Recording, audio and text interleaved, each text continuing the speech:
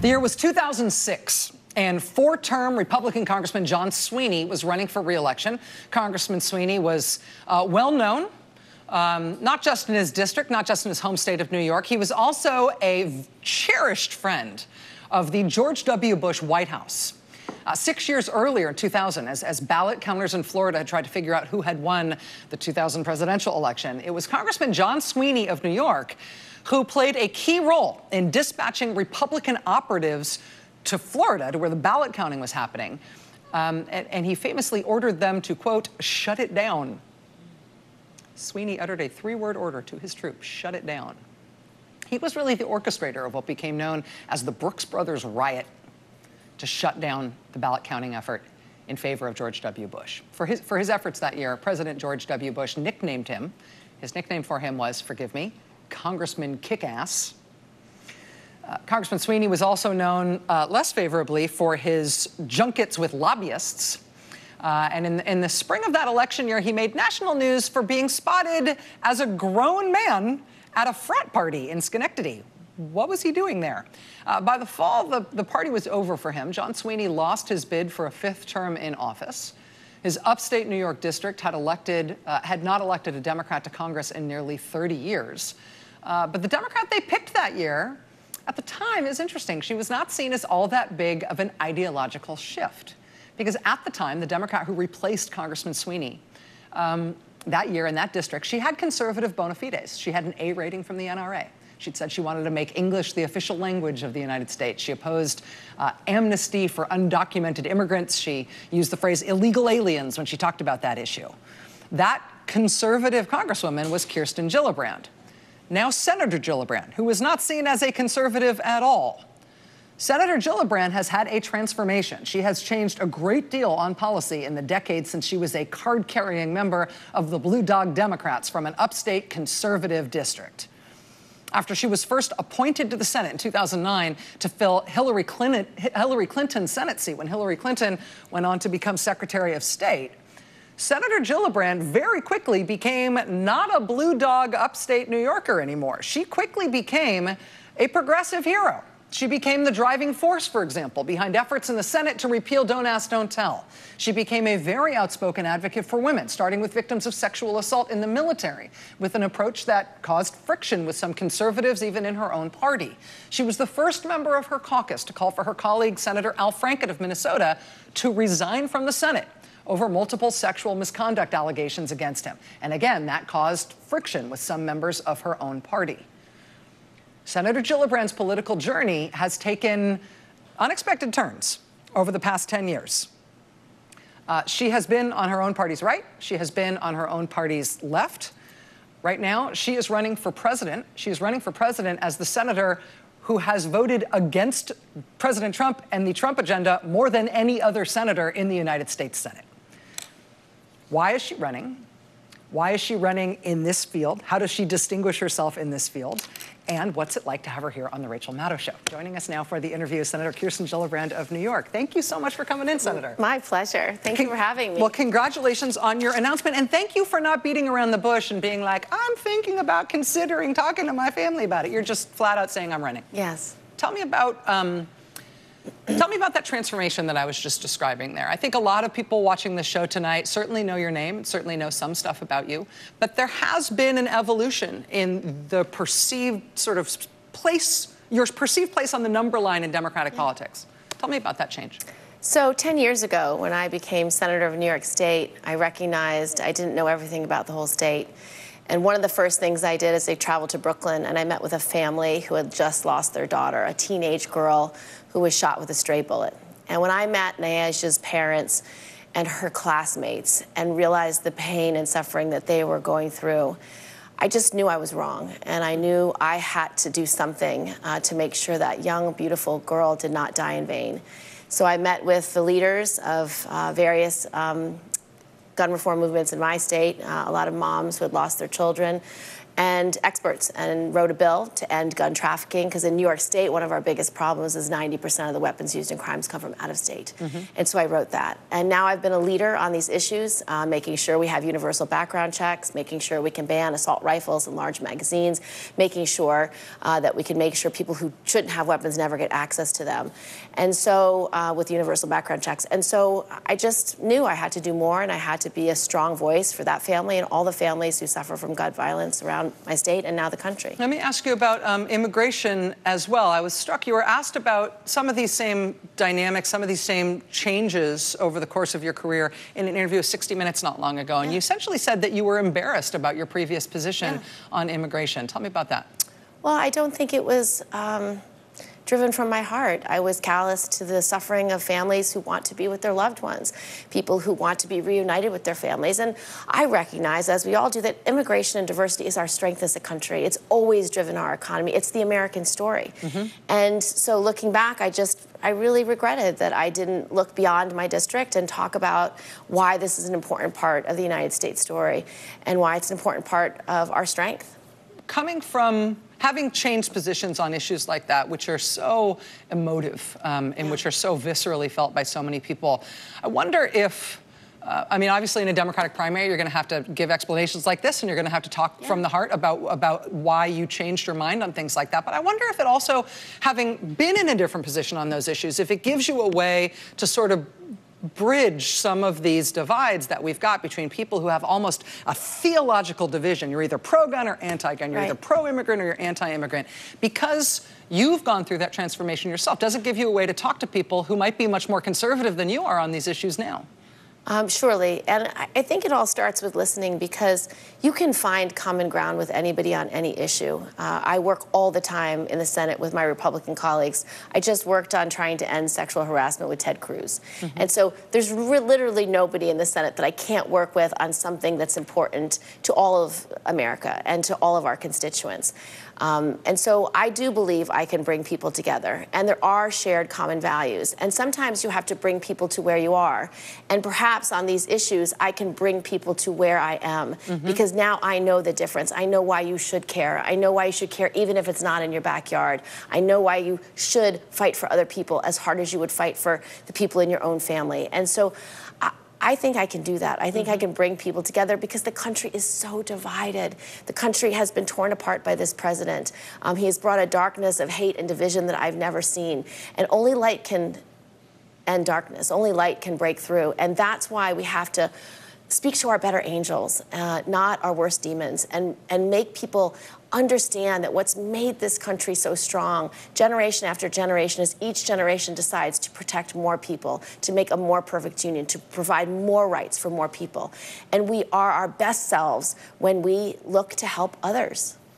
Senator Gillibrand, I have a couple things I want to ask you about. There's some news of day stuff in terms of what's going on with the shutdown I want to talk to you about. There's some other things that are just questions that I've never heard you weigh in on, some sort of commander-in-chief questions. Can you stick with us? Sure. All right, Senator Kirsten Gillibrand, her first interview since she announced that she is running for president. Stay with us.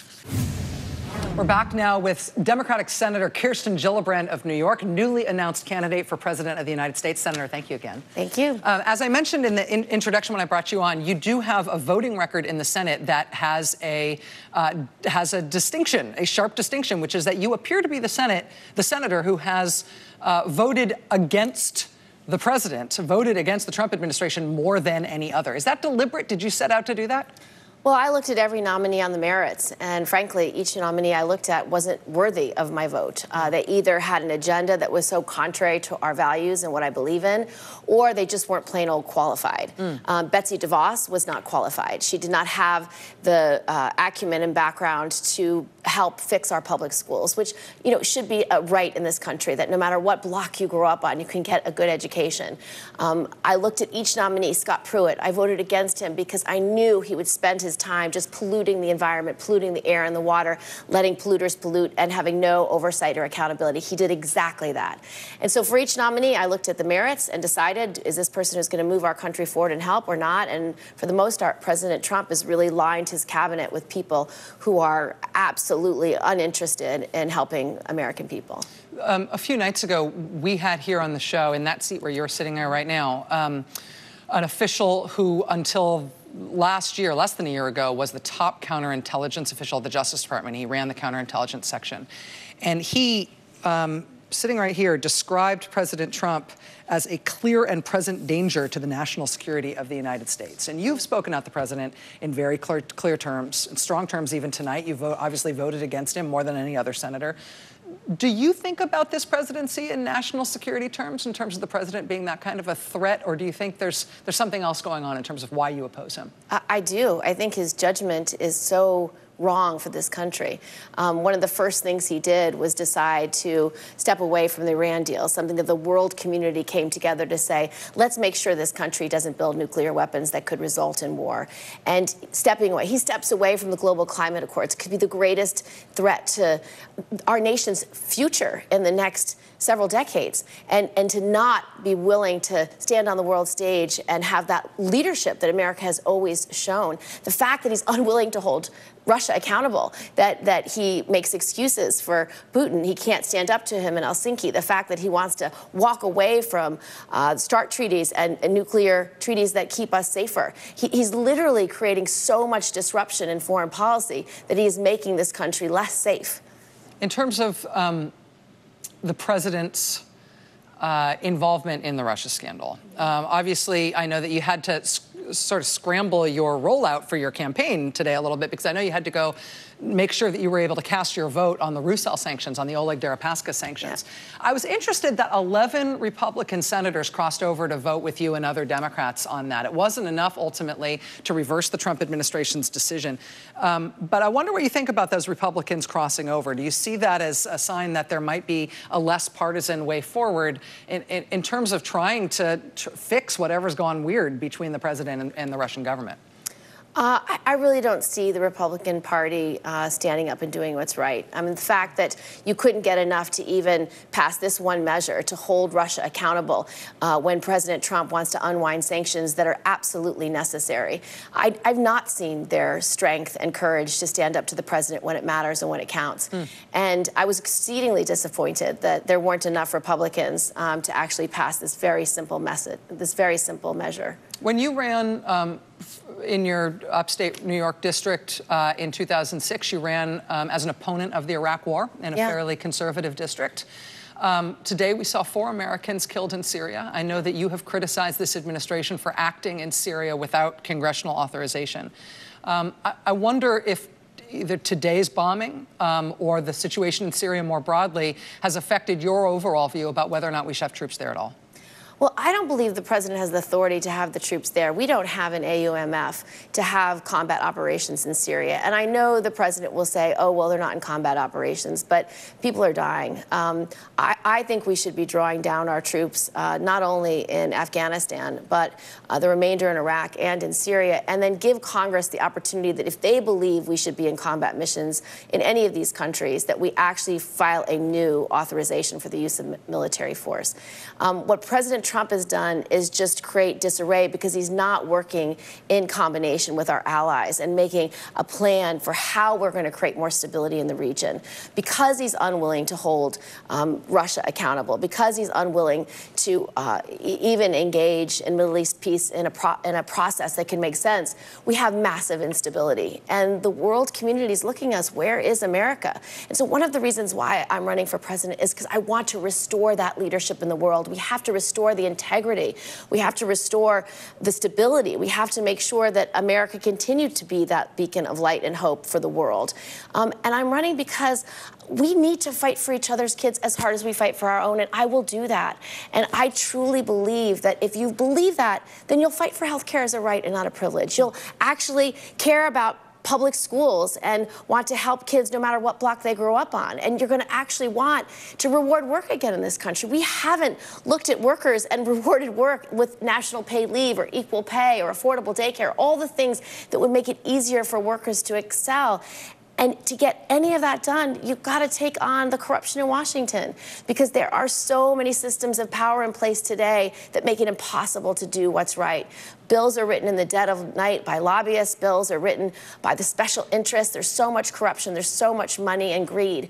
And unless you're willing to take that on by, having publicly funded elections, actually, that's why I'm banning corporate PAC money. It's why I'm banning lobbyist money. It's why I don't think individuals should have super PACs, because my vote is not for sale. My character, my integrity is not for sale. And you have to tell the American people that by having bold ideas about how to serve them, to put them first.